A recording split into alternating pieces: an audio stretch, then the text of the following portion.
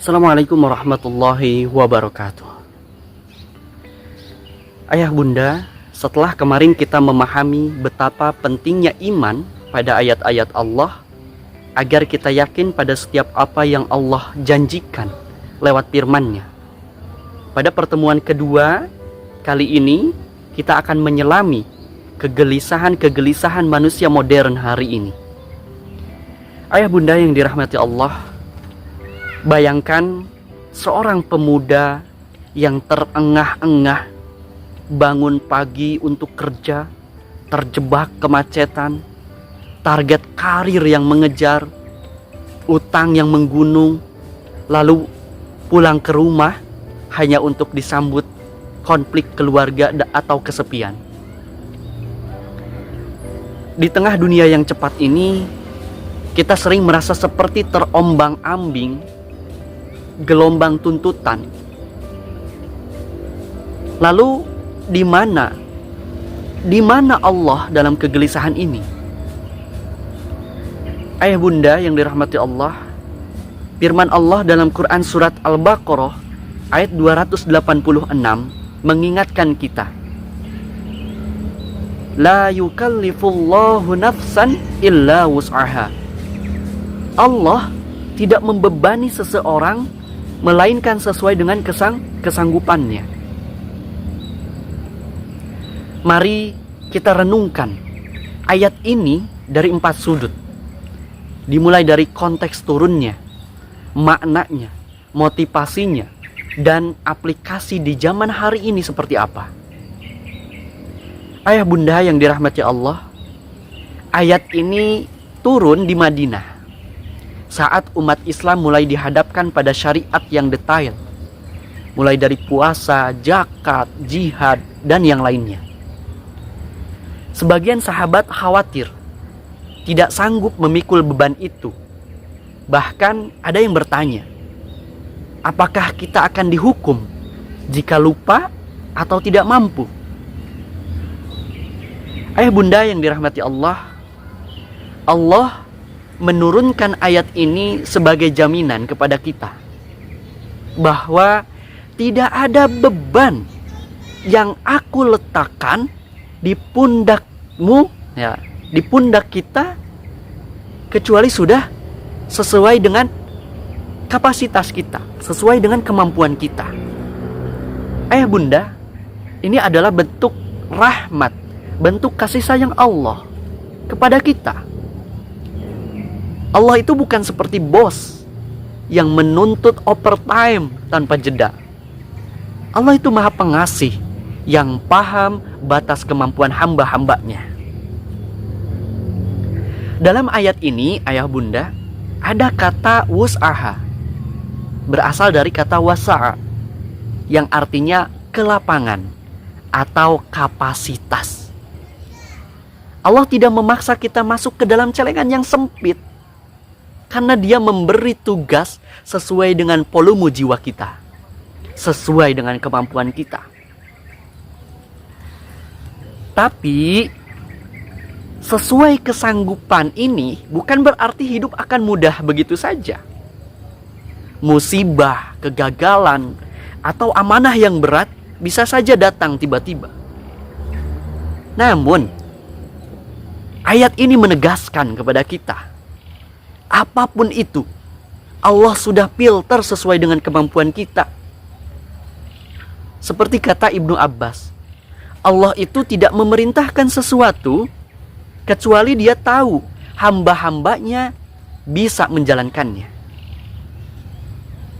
Ayah bunda yang dirahmati Allah, ini juga mengajarkan tentang keadilan Allah, bahwa Allah itu tidak akan menghukum orang yang tidak mampu.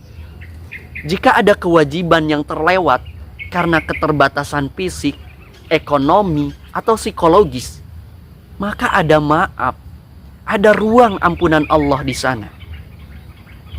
Ayah bunda, ayat ini juga adalah surat cinta dari Allah untuk kita yang merasa burnout dalam bekerja atau dalam beraktivitas.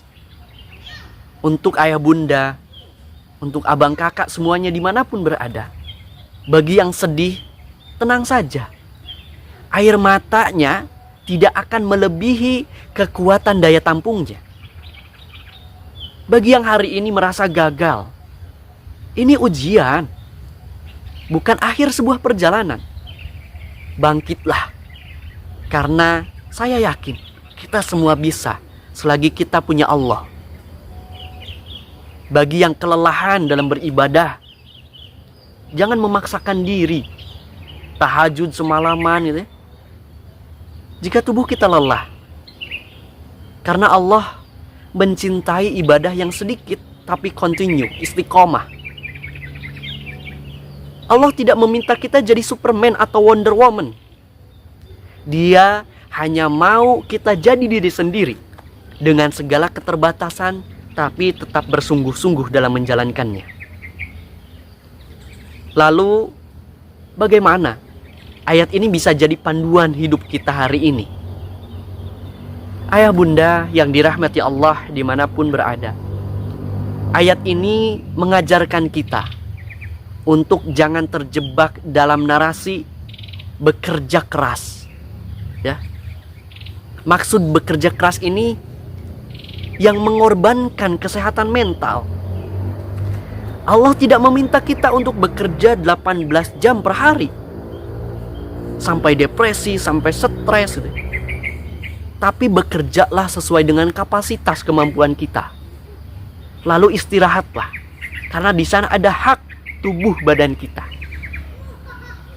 Ayah bunda yang dirahmati Allah, ayat ini mengingatkan kita, bila gagal memenuhi ekspektasi, berhenti menyalahkan diri.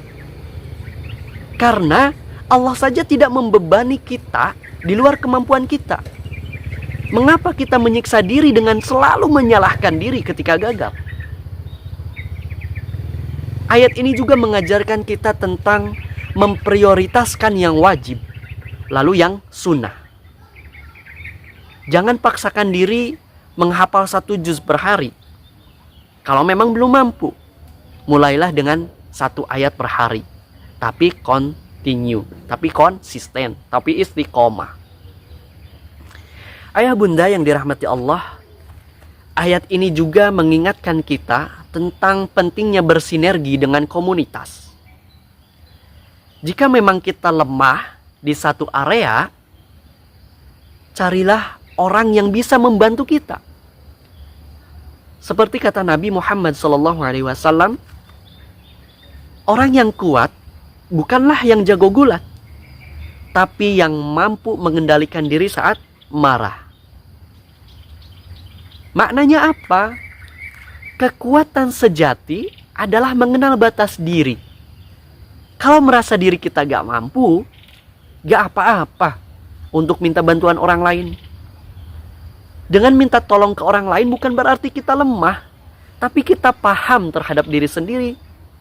Paham terhadap diri kita sendiri lemahnya di mana.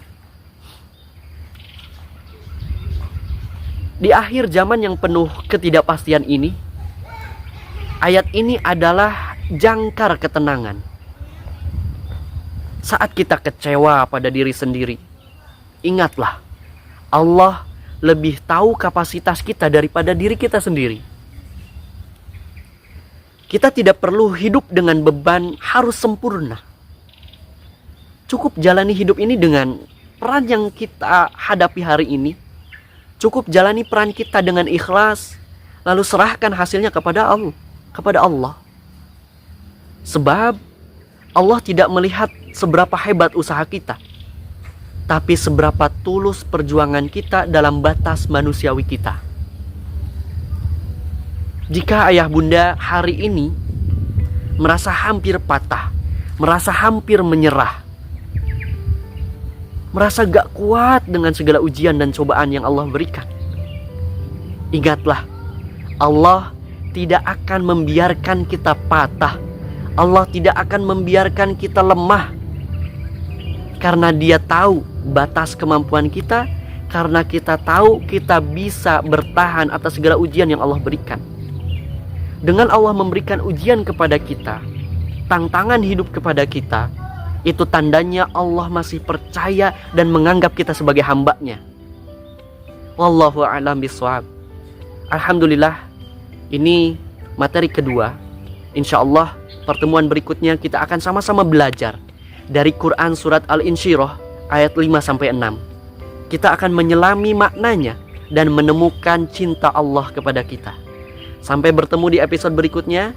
Akhirul kalam. Wassalamualaikum warahmatullahi wabarakatuh.